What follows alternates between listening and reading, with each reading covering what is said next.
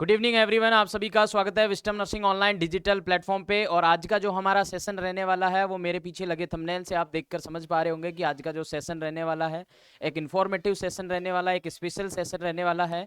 जो भी हमारे साथी आरएमएल मेंस के एग्जाम में क्वालिफाई हुए हैं या जो साथी हमारे किसी भी हो सकता है कि कुछ नंबर से क्वालिफाई नहीं हो पाए, है ना, तो उन सभी साथियों के लिए एक इन्फॉर्मेटिव वीडियो रहने वाला है। और सबसे पहले तो जो भी हमारे साथी क्वालिफाई हुए हैं या मैं कहूं जिनका सिलेक्शन श्योर की तरफ है, उन सभी साथियों को मेरी और विस्डम नर्सिंग क्लासेस की तरफ से बेस्ट ऑफ विशेष और कहें तो आपको बहुत बहुत मुबारक, है ना। चलेगा। और जो साथी सेलेक्ट नहीं हुए बेटा, निराश नहीं होना है। जैसा कि आप सभी साथियों को पता है कि एक सिंगल एग्जाम या एक चीज़ हमारा फ्यूचर डिसाइड नहीं करेगी, तो याद रखना अपनी मेहनत को जारी रखें। चलेगा, बात कर लेते हैं विदाउट वेस्टिंग द टाइम कि सर आज का सेशन क्या रहेगा। तो बेटा आज के सेशन में अपन थोड़ा सा इसके इन्फॉर्मेशन के बारे में डील करेंगे।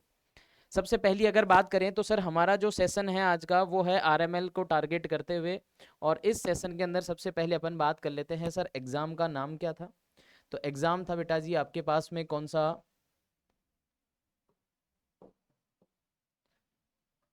आरएमएल मेंस का जो पेपर लगा है उस पेपर के बारे में अपन बात कर रहे हैं 2025। देखिएगा, सबसे पहले अगर बात करें कि सर ये जो एग्जाम था इसमें नंबर ऑफ पोस्ट कितनी थी, है ना। तो नंबर ऑफ पोस्ट की अगर मैं बात करूं या मैं बात करूं सर टोटल पोस्ट, है ना, टोटल पोस्ट। सबसे पहली बात कि सर ये जो एग्जाम हुआ है इस एग्जाम के अंदर टोटल नंबर ऑफ पोस्ट कितनी थी। तो आप सभी साथियों ने जब फॉर्म फिल किया होगा या नोटिफिकेशन देखा होगा तो आपको अंदाजा लग चुका होगा कि सर 665 यानी कि 665 इसके अंदर नंबर ऑफ पोस्ट रहने वाली है। इसमें से सर यूआर की कितनी है, अनरिजर्व की कितनी है, ईडब्ल्यूएस की कितनी रहने वाली है, ओबीसी की कितनी थी, और बात करूं बेटा जी एससी और एसटी की कितनी रहने वाली थी। इसी के बेस पर अपन डिसाइड करेंगे कि सर क्या क्राइटेरिया हो सकता है ना। याद रखिएगा, अगर अनरिजर्व की बात करूं तो सर इसकी पोस्ट थी लगभग लगभग 252। कितनी थी 252। इसमें ईडब्ल्यूएस में 81, ओबीसी 177 और एसटी में थी एससी 143 और एसटी में थी सर कितनी 12 पोस्ट। तो ये आपके पास में यहाँ पर पोस्ट का विवरण है कि किस तरीके से पोस्ट थी। नेक्स्ट अगर अपन बात करें कि सर कट ऑफ क्या हो सकती है, तो देखना साथियों कट ऑफ जो है वो मैं अभी आपको जो कट ऑफ बता रहा हूं वो अपने एनालिसिस के बेस पर बता रहा हूं कि क्या कट ऑफ हो सकती है। आप सभी ने रिजल्ट का पीडीएफ देखा होगा, है ना। उस पीडीएफ के बेस पर अगर अपन कट ऑफ की बात करें तो याद रखना, अगर आप यहां देखेंगे सर पहली बात कि कितनी रैंक तक सिलेक्शन है, तो याद रखना बेटा जो भी हमारे साथी जिनकी रैंक, क्या कह रहा हूं, जो भी साथी जिनकी रैंक 252 के अंडर अंडर है या 252 के अंडर अंडर है, उनका सिलेक्शन जो है वो श्योर है।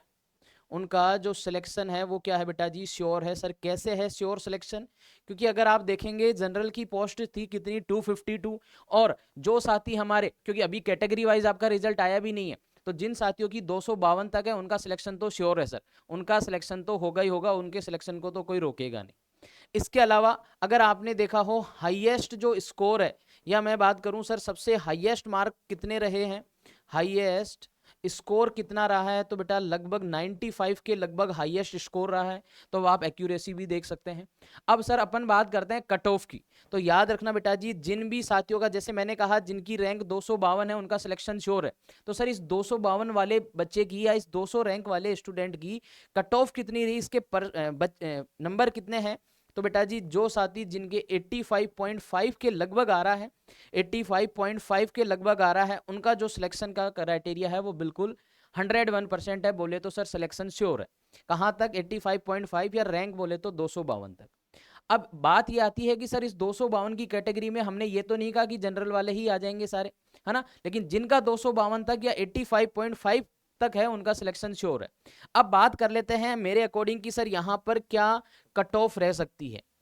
अनरिजर्व, ईडब्ल्यूएस, ओबीसी, एससी और एसटी, देखिए अगर साथियों बात करूं अगर कट ऑफ की, तो सबसे पहला मैंने जैसा ही कह दिया कि जो भी साथी 85.5 के अप्रोक्स हैं इनका सिलेक्शन श्योर है। तो याद रखना बेटा जी, जनरल के लिए मैं लिख रहा हूं 85.5%, कितना 85.5%। ईडब्ल्यूएस के लिए 65 से 70 का क्राइटेरिया रहेगा। ओबीसी की बात करूं तो सर यहाँ क्राइटेरिया थोड़ा सा बढ़ जाएगा, ईडब्ल्यूएस के कंपेरिजन में कितना हो जाएगा, 70 से 75 हो जाएगा। और एससी की बात करूं तो सर ये क्राइटेरिया फिर चल जाएगा 60 टू 65 के लगभग। और नेक्स्ट बात करूं तो सर ये कितना रह जाएगा आपके पास, 55 से 60%। तो याद रखना ये एक क्राइटेरिया मैं आपको बता रहा हूं, और ये जो क्राइटेरिया है ये मैं मेरे बेसिस पे, मेरे एनालिसिस के बेस पे बता रहा हूं कि जो कट ऑफ है वो आपकी इतनी जा सकती है ना। जनरल की कितनी, ईडब्ल्यूएस की कितनी, ओबीसी की कितनी, एससी की कितनी और एसटी की कितनी, है ना। तो उम्मीद करूंगा आपको मेरे द्वारा जो इन्फॉर्मेटिव वीडियो दी गई है या इन्फॉर्मेशन दी गई है आरएमएल एग्जाम के बारे में, वो बिल्कुल डेफिनेटली करेक्ट होगी। और याद रखना साथियों, जिनका भी रिजल्ट आया है पीडीएफ में, जिनका भी नाम आया है, जब तक आपकी ज्वाइनिंग नहीं हो जाती, जब तक आपका डीवी नहीं हो जाता, पढ़ाई नहीं छोड़नी है। कई बार क्या होता है कि सर हम पीडीएफ को देखकर खुश होकर हमारा नंबर आ गया, लेकिन बेटा याद रखना कट ऑफ या रैंक जो है वो भी सबसे ज़्यादा इंपॉर्टेंट रहेगी। तो कट ऑफ और रैंक डिसाइड करेगी कि आपका सिलेक्शन क्या रहेगा, वो आपको बाद में पता चल जाएगा, आरएमएल के द्वारा ही आपको बताया जाएगा। तो अभी तक के लिए इतना ही, और जिन साथियों का सिलेक्शन श्योर हो रहा है उनको बहुत बहुत मुबारक, और मिलते हैं साथियों नेक्स्ट सेशन के अंदर। आज के सेशन में इतना ही। जय हिंद सभी को।